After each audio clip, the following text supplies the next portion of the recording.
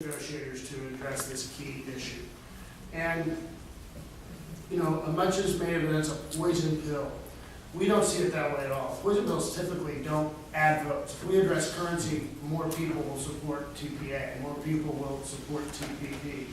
I think it's a challenging. I was in a similar forum this morning with Scott Paul, and he said it wasn't a poison pill, it's a bitter pill. It creates challenges. It makes it harder to get a final agreement, but it will be an agreement that is more fair, better for the United States, ultimately better for countries that manipulate their currency today. And just because other countries claim we're manipulators doesn't mean we're manipulators.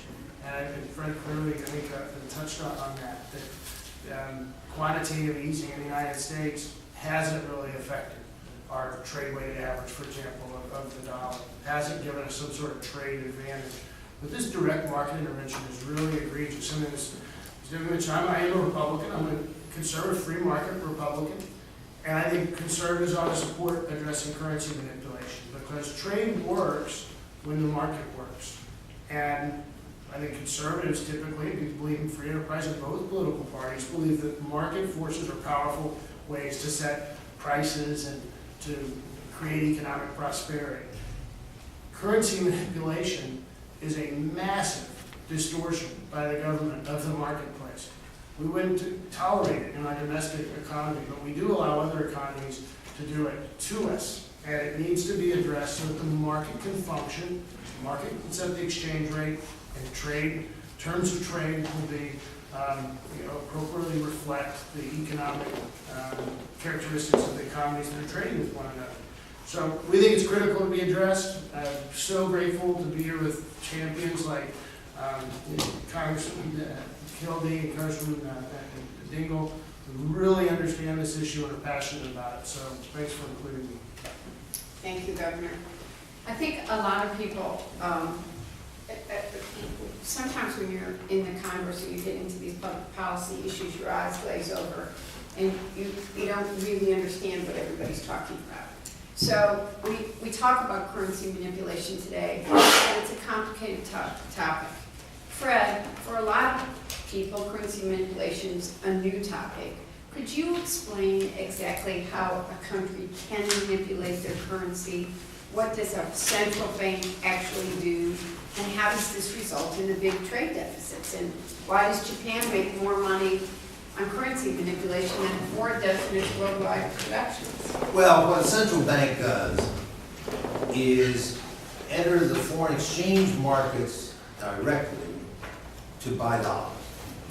So, People's Bank of China, their central bank, buys dollars with their local currency, renminbi.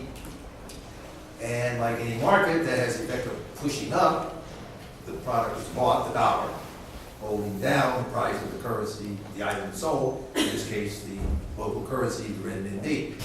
If you do that enough, as I say, they were doing it to the tune of $1 to $2 billion per day at one point, it has the effect of substantially raising the price of the dollar and lowering the price in relationship to the dollar of their currency. Then in turn, that change in prices of currencies passes through to the traded products. So now if the dollar is more expensive, let's say by 30 or 40%, then a foreign purchaser, say of cars in Jordan, has to pay 30 to 40% more to buy the dollars, to buy the cars that are exported by Ford from the United States. And with a few minor adjustments, this passes through pretty fully, so that dramatically increases the price of the U.S. exported product to the importer and therefore reduces its market share.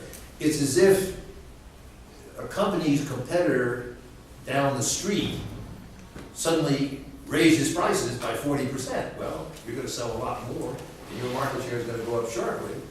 And that's what happens to a country when its currency gets substantially overvalued as a result of the currency intervention. Same thing on the import side.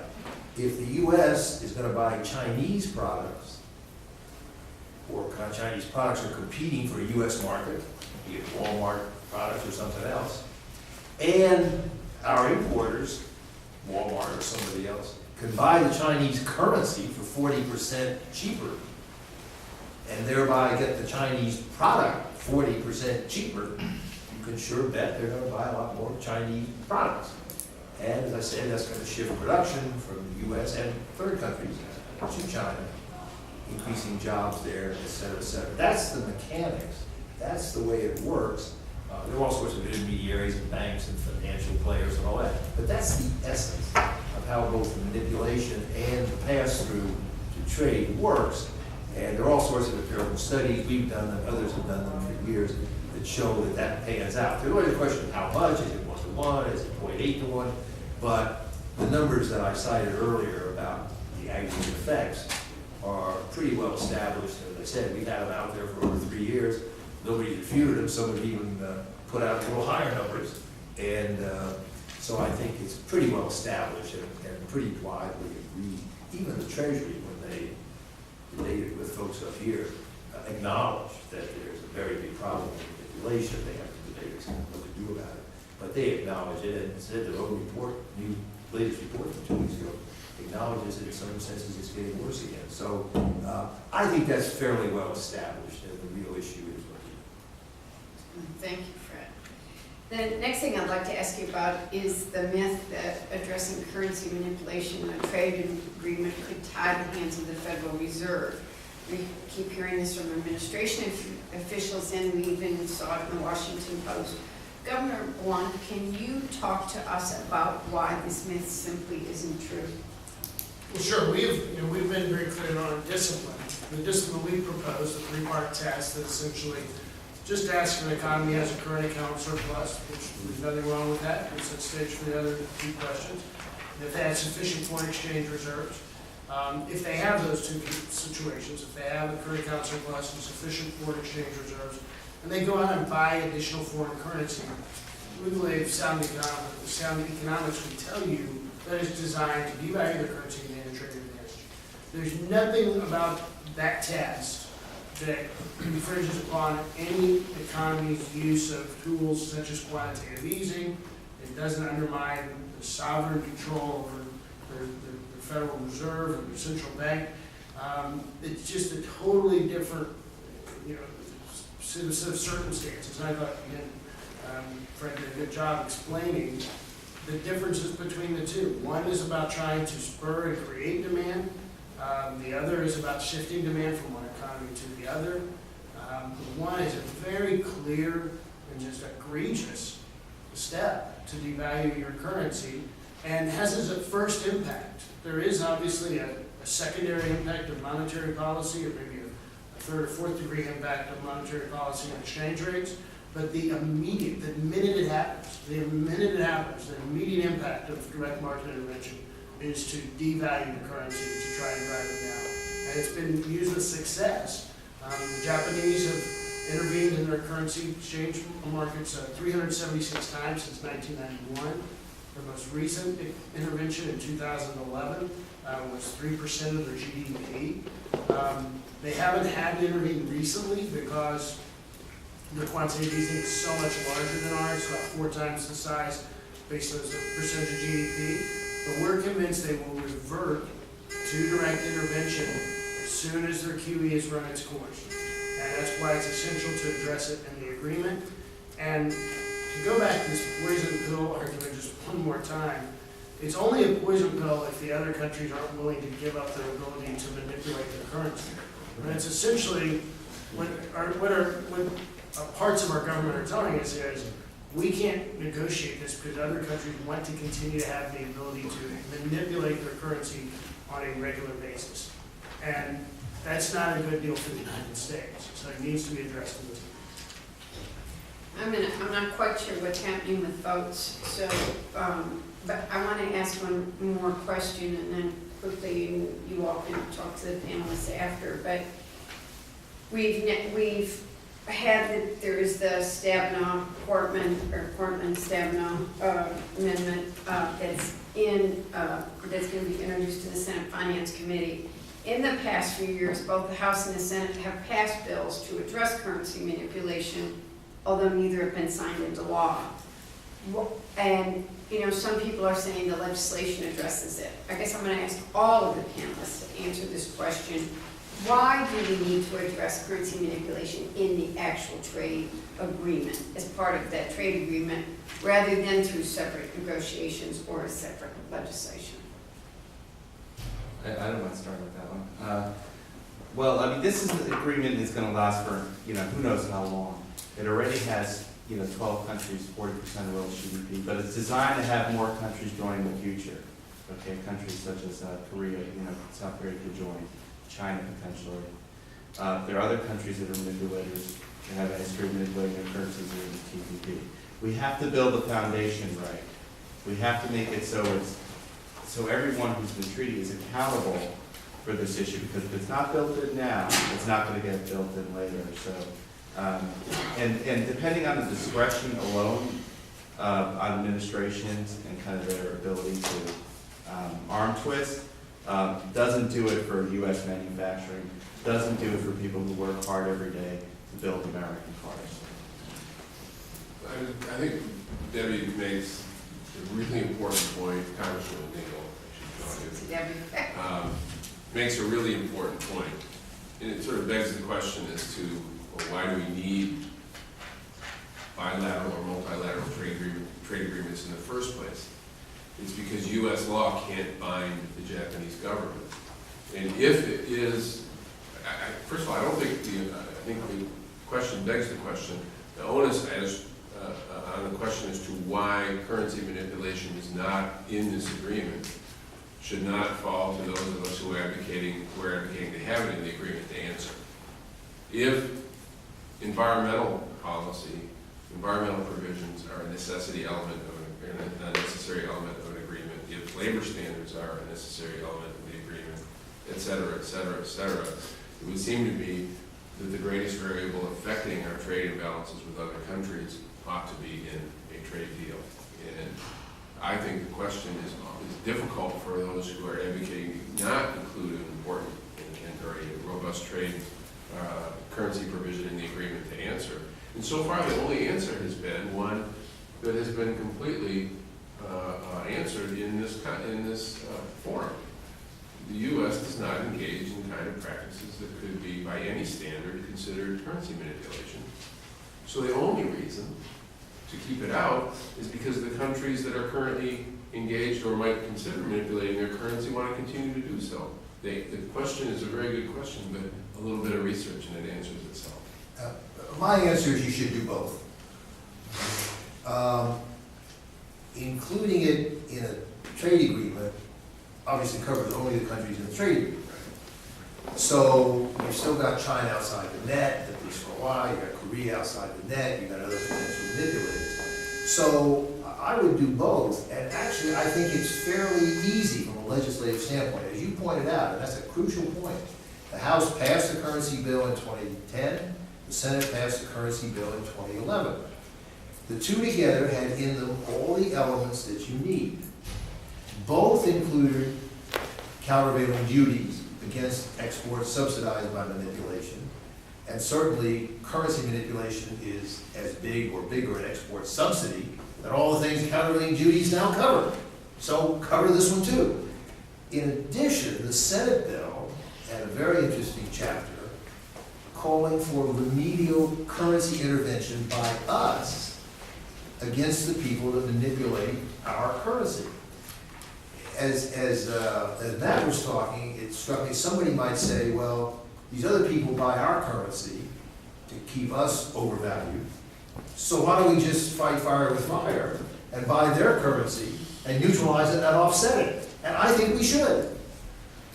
And the Senate bill in 2011 authorized the Treasury to do that. The truth is, the Treasury doesn't need legislation. I was undersecretary. You could do it without legislation, but Congress has to give a little prod. My view is, if the Treasury simply announced and the Congress passed legislation to authorize countervailing currency intervention, it would be such a huge deterrent that all by itself, it would have a big effect in deterring the practice in the future. And if you had to do it once or twice to the Koreans or somebody else, okay, that would establish the credibility. So I actually think we should do both. Take the occasion, the issue is front and center now, the Congress has a lot of leverage, given the need to pass 3 trade bills over the next year or so. I would do both, and the fact that each house But has you do already. need it in the trade Right, agreement. yeah, I say do both, and the fact that each house has already passed those bills seems to be relatively, I think, I went back and looked at them, you could dust them off, just use the same language, put them in, the countervailing duty bills have already been put in. You could add the countervailing currency interdiction, and I think you have a pretty effective package. Well, we apologize, the 2 of us have to go vote. And I know that the Finance Committee, Margaret's about to start again. I encourage the staff, as your members are going to be considering this, I think we will try to have another auto briefing, and with the Prime Minister coming next week, there's going to be a lot of discussions about autos, and you've got the top experts here. You know, we've been here before, we keep saying that 20 years ago, there was a lot of White House officials telling us that NAFTA was going to be the answer, and, you know, most of the estimates say that we've lost 5 million manufacturing jobs since NAFTA. Korea, we've seen a 54% vehicle trade deficit since that agreement went through. I think it's like 20,000 increase in sales there and more than 400,000 Korean sales here. There are very serious ramifications when you see the 3 auto companies and the UAW working side by side trying to educate people. You know that there is a serious issue, and that's why this briefing was so important. So I'd ask the 3 of you if you'd be willing to continue to answer questions while Dan and I go to vote. We'd ask your members to talk to any of us that have questions. We're going to be really around trying to just talk to people about why these issues are so important. Because for all of us, it's about jobs for the people that are in our district. It's about families. And quite frankly, it's about how strong the American economy is or isn't. So thanks so much for coming. Dan and I apologize for leaving. We'll leave the rest of you here to talk. Thank you so much. Thank you. Cheers. Thank you. Thank you. I don't know, Josh, if either one of people want to keep asking questions. Thank you. Questions for Fred or Josh? Daniel Irving with Mr. Conyers. Thank you all for coming here and doing this. If we end up passing TPA and we approve the TPP and we don't address currency manipulation in these, do we have any leverage going forward? If we don't do it now, when? I mean, is that, maybe we're going to have any carrots or stakes left to encourage them to stop it? I couldn't have said it better if I now win. And this is, No. we're negotiating a trade agreement with Asian economies that have a history of manipulating the currency. Now is the time to do it. To be honest, I've been dismayed that the administration has not begun to move until literally the last few days. I mean, the congressional letters were sent 2 years ago, almost 2 years ago. If there was ever a clearer signal that Congress wanted action on an issue, I've never seen it in my many long years in this business. And yet the administration stonewalled up until literally the last few days. That's an indicator that if you all hang tough and it's clear that you gotta have this, you'll get something. As I've sort of been close to the China currency issue, particularly over this last decade, the administration's fond of saying, well, we admittedly late, not enough, got the Chinese to let their rates go up. I can tell you, every time China let their rates go up, it was because of congressional pressure. It happened first in 05 to 07. Then they stopped during the Great Recession. They started again in 2010, 2011, when the congressional pressure was renewed, when the House passed the bill, and the Senate passed the bill. That's where the action comes from. For whatever reason, administrations, and it was the previous administration as well as this one, are unwilling to move in this area. A lot of it has to do with turf. Treasury doesn't want financial issues in a trade agreement. And one reason there would be some delay, we talk about that, goes into the TPP, is because the financial officials would have to get involved. But now, Secretary Lew, in his letter yesterday, acknowledges that, well, under this pressure, he's finally begun to raise it with his foreign counterparts, and did considerably during last week's spring meeting of the IMF. So you can see what forces action. And I think the answer, as Matt said, is quite clear. Yeah, The question of, Can you identify what officer? oh, I'm not in the office. Sure. The question is about the floating exchange rate, fixed exchange rate debate. I was wondering, ask a question for Fred Bergson. Jan Kragel last week at the Hyman Minsky conference brought up the idea of an international clearing union, which would decrease the market for foreign exchange. And I'm wondering if you're aware of that as an option as opposed to fixed exchange rates, short of getting all countries to agree not to manipulate their currencies. Ideas of that type have been suggested for decades, not just years. They're unrealistic. Currency markets are going to keep expanding. It's trillions of dollars per day. Global trade keeps expanding, so you're not going to cut back on the financing thereof. So it's an unrealistic idea. It's in any event a different topic from today. So I won't give you a primer on it today, but at some point we can find time to do that. Go ahead. John Besmer, Congressman Gilsey. And I was wondering, outside of counter currency manipulation, are there any other ideas for trying to deter other countries from? yeah, I should have mentioned in our proposal, the three-part test, if you violated the three-part test, you would lose the tariff benefits of the agreement for a year, which we would argue is certainly not draconian. It would just go back to the MFN rate that existed prior to the agreement. But they would lose the tariff benefits for a year. We'd also say we think it's sufficient. Countries won't want to be labeled as having violated the currency provision of the TPP, and reimposing the tariffs would be, I think, a meaningful penalty in most cases. And it'd be across all sectors, not sector specific. And incidentally, that is standard practice under FTAs. If a country violates its obligations under an FTA, there is a snapback, as it's called, of the advantages it has gained under the FTA. So applying it to currency would be no more than applying it to the other obligations that countries undertake when they join FTAs. All FTAs, US FTAs, and most others, have dispute settlement mechanisms. So there's an orderly process to see whether somebody's violated a commitment. And if he does, then this snapback approach can apply until the problem is remedied and then he gets his benefits back. But again, it's no more than applying standard practice to this issue on the view that this issue is integral to the trading relationships. Yeah, I just say one other thing on that. I mean, I agree. UAW agrees that we need both to strengthen the law and our own laws to have counterregulation, plus having the underlying agreement. The other thing, though, that gets lost in this debate a lot is, the United States, we're obviously an extremely wealthy country and extremely, attractive market for all the other countries within the TPP. So the idea